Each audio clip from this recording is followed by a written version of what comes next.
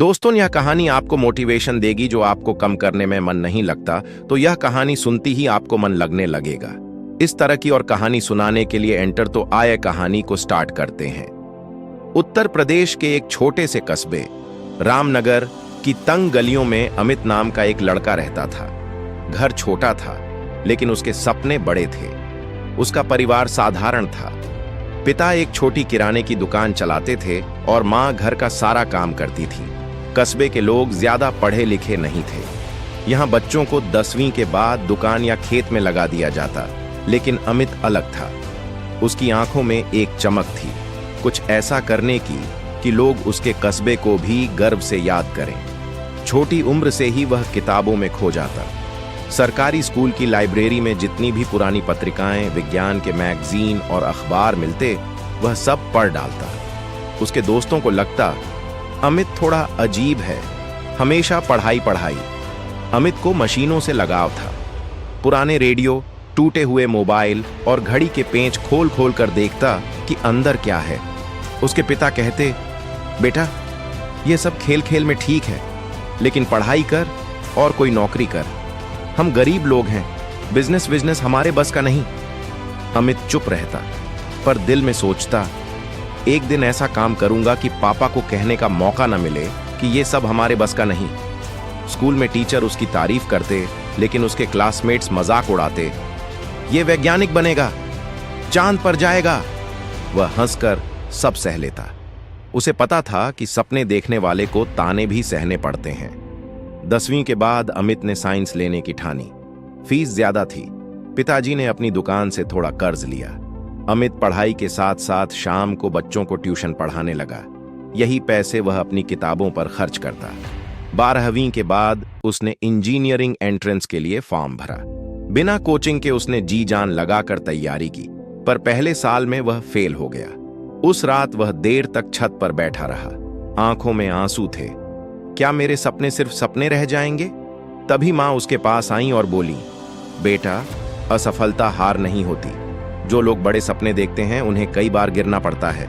उठ और फिर से कोशिश कर। माँ की यह बात अमित के दिल में उतर गई। अमित ने अगले साल के लिए तैयारी शुरू की। सुबह 4 बजे उठता, दिन में स्कूल और ट्यूशन और रात को पढ़ाई। इस बार उसने अपने कमजोर विषयों पर ज्यादा ध्यान दिया। उसने इंटरनेट पर फ्री लेक्चर देखे, कस्बे के सरकारी साइबर कैफे में बैठकर नोट्स बनाए। धीरे धीरे उसे आत्मविश्वास आने लगा। एंट्रेंस एग्जाम के नतीजे आए। इस बार अमित ने न सिर्फ पास किया, बल्कि अच्छे रैंक से सरकारी इंजीनियरिंग कॉलेज में दाखिला पाया। पिता की आंखों में आंसू थे। बेटा तूने कर दिखाया। मां ने कहा, मुझे पता था तू कर सकता है। अमित ने महसूस किया कि यह सिर्फ उसकी नहीं, पूरे परिवार की जीत है। कॉलेज में आकर अमित को लगा जैसे एक नई दुनिया खुल गई।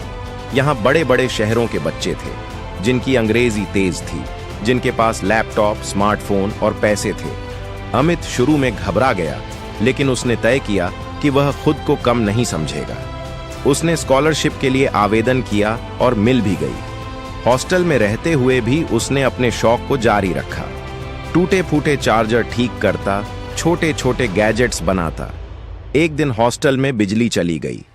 सभी स्टूडेंट्स मोमबत्ती जलाकर पढ़ने लगे।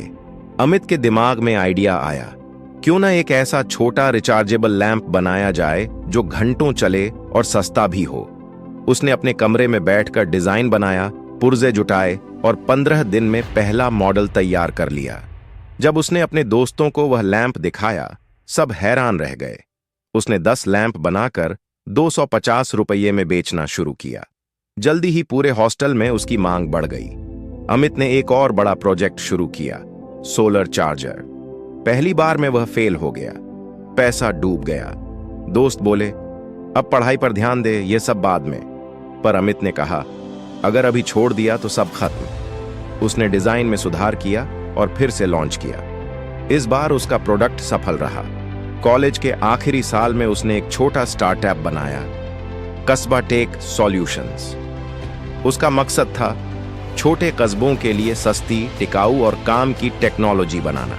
उसने अपने 2 दोस्तों को भी साथ लिया। कॉलेज खत्म होने पर उसे एक मल्टीनेशनल कंपनी से 12 लाख सालाना की नौकरी मिली। पर अमित के दिल में कुछ और था। उसने नौकरी छोड़कर अपना स्टार्टअप बढ़ाने का फैसला किया। परिवार पहले डर गया। इतनी बड़ी नौकरी छोड़ दी? अमित ने कहा, मैं दूसरों के सपनों को नहीं, अपना सपना जीना चाहता हूं। स्टार्टअप चलाना आसान नहीं था। फंडिंग नहीं मिली, मशीनें बनाते बनाते कर्ज बढ़ गया। अमित सोशल मीडिया पर अपने प्रोडक्ट्स दिखाता, लोकल मेलों में जाकर बेचता। धीरे धीरे लोग उसके प्रोडक्ट्स खरीदने लगे। एक दिन उसकी कंपनी का project solar power mini kit सरकारी योजना में चुना गया। उसे लाखों का ऑर्डर मिला। इस एक डील ने उसकी किस्मत बदल दी। 2 साल में उसकी कंपनी करोड़ों का टर्नओवर करने लगी। अमित ने अपनी कमाई का एक हिस्सा गांवों में बच्चों की पढ़ाई और स्किल ट्रेनिंग पर लगाना शुरू किया। वह स्कूलों में जाकर बच्चों से कहता, डरना मत, सपने देखो और मेहनत करो। हार सिर्फ सीखने का दूसरा नाम है। अमित की कहानी हमें यह सिखाती है कि छोटे कस्बे में जन्म लेना कमजोरी नहीं, ताकत है। सपने कितने भी बड़े हों, मेहनत और धैर्य से पूरे हो सकते हैं। असफलता रास्ते का अंत नहीं, सीखने की शुरुआत है। असली सफलता वही है जो दूसरों को भी रास्ता दिखाए। कहानी अच्छी लगी और कहानी से कुछ सीख मिली हो तो लाइक कमेंट में बताइए कि कहानी कैसी लगी।